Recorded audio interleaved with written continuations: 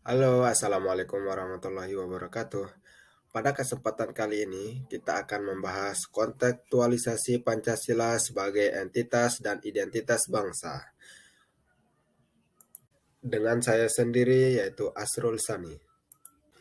Pancasila sebagai entitas dan identitas bangsa Indonesia mempengaruhi cara bersikap dan cara pandang masyarakat Indonesia dalam menjalani kehidupan. Pancasila sebagai entitas maksudnya adalah setiap sifat, kebiasaan, atau tingkah laku yang dilakukan manusia Indonesia untuk berinteraksi satu sama lain terdasari dan dicerminkan dengan nilai-nilai Pancasila. Sehingga untuk menciptakan pendidikan yang berpihak pada peserta didik di abad ke-21 ini, nilai-nilai Pancasila sebagai identitas dan entitas bangsa harus diperkuat melalui profil pelajar Pancasila agar menciptakan generasi yang merdeka dan menerapkan nilai-nilai kebaikan dari elemen Pancasila dalam menjalankan kehidupannya. Lalu, apa yang diharapkan dari pembelajaran ini? Jadi yang diharapkan adalah nilai-nilai kebaikan yang akan diperkuat dengan menanamkan 6 elemen dari profil peserta Pancasila seperti beriman kepada Tuhan Yang Maha Esa dan berakhlak mulia, kebinekaan global, bergotong royong, mandiri, kreatif, dan bernalar kritis. Profil Pancasila perlu diperkuat karena mampu menanamkan nilai religius, sehingga menjadi generasi yang beriman, bertakwa, dan berakhlak mulia.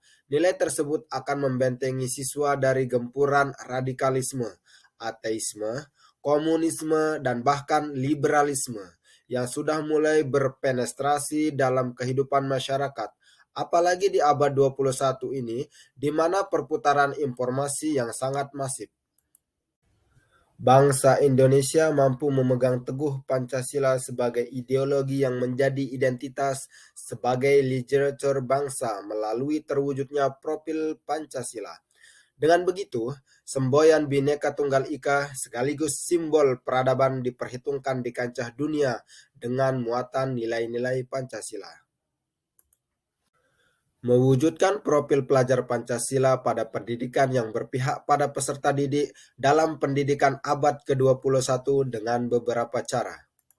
Beriman dan bertakwa kepada Tuhan Yang Maha Esa, serta berakhlak mulia dengan cara menciptakan pembelajaran yang menuntun pelajar Pancasila untuk bersusila, bertoleransi, dan menghormati penganut agama dan kepercayaan lain, menjaga kerukunan hidup sesama umat beragama, menghormati kebebasan menjalankan ibadah sesuai dengan agama dan kepercayaan masing-masing.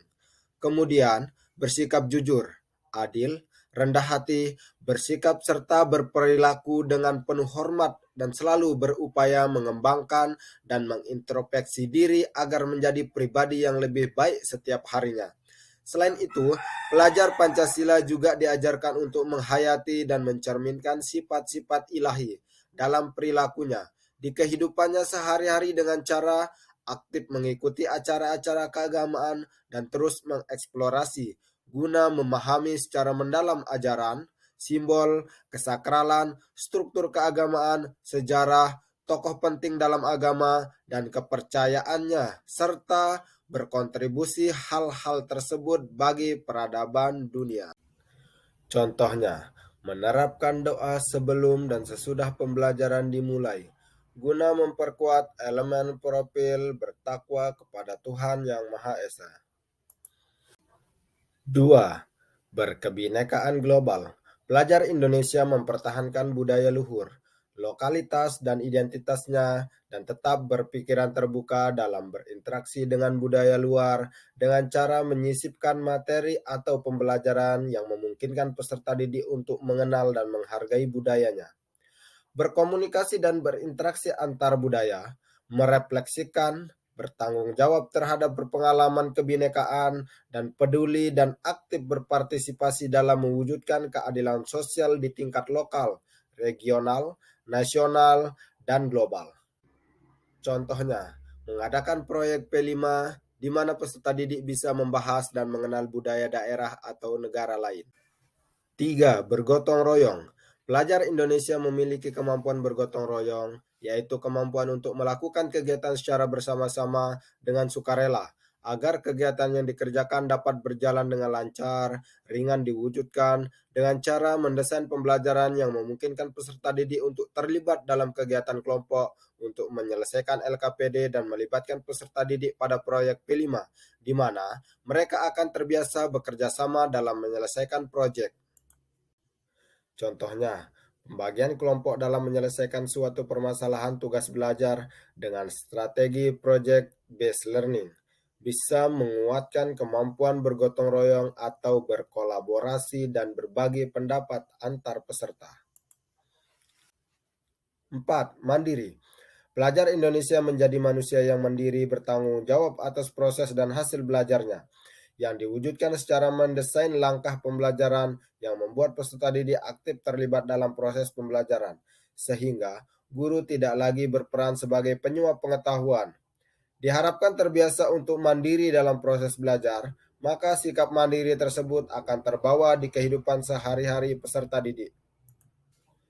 Contohnya, daripada menampilkan materi pembelajaran di awal pembelajaran dan melakukan ceramah, guru bisa menginstruksikan peserta didik untuk menyelesaikan suatu masalah, sehingga mereka bisa aktif mencari informasi yang digunakan untuk menyelesaikan masalah secara mandiri dan proses pembelajaran secara tidak langsung. 5. Bernalar kritis. Pelajar Indonesia diharapkan dapat bernalar kritis sehingga dapat memproses informasi baik secara kualitatif maupun kuantitatif, bisa membangun keterkaitan dan menganalisis antara berbagai informasi serta menyimpulkan dan mengevaluasi informasi tersebut. Sehingga kemampuan bernalar kritis bisa dikuatkan dengan cara mendesain pembelajaran yang memungkinkan peserta didik untuk menganalisis, sehingga kemampuan berpikir kritis bisa meningkat. Contohnya, guru memberikan bahan bacaan atau literasi tentang sepak bola, yang dimana nantinya siswa akan ditugaskan untuk menyimpulkan dari apa yang dibaca, sehingga nantinya akan timbul berpikir kritis siswa tersebut. 6. Kreatif. Pelajar Indonesia diharapkan mampu berpikir dan bertindak secara kreatif dalam menyelesaikan maupun melaksanakan segala permasalahan dalam belajar maupun dalam berkehidupan. Hal ini bisa dilakukan dengan mendesain suatu proses pembelajaran yang memicu daya pikir kreatif siswa, sehingga ide-ide kreatif peserta didik dapat tertuang dalam bentuk karya nyata. Contohnya, siswa diberikan teknik dasar permainan sepak bola, dan siswa diberikan kebebasan berkreasi dalam menciptakan atau meniru kombinasi gerakan teknik dasar dalam permainan tersebut, sehingga siswa memiliki kreativitas dalam menciptakan teknik baru dalam permainan. Terima kasih, demikian pemaparan materi yang dapat saya sampaikan. Wassalamualaikum warahmatullahi wabarakatuh.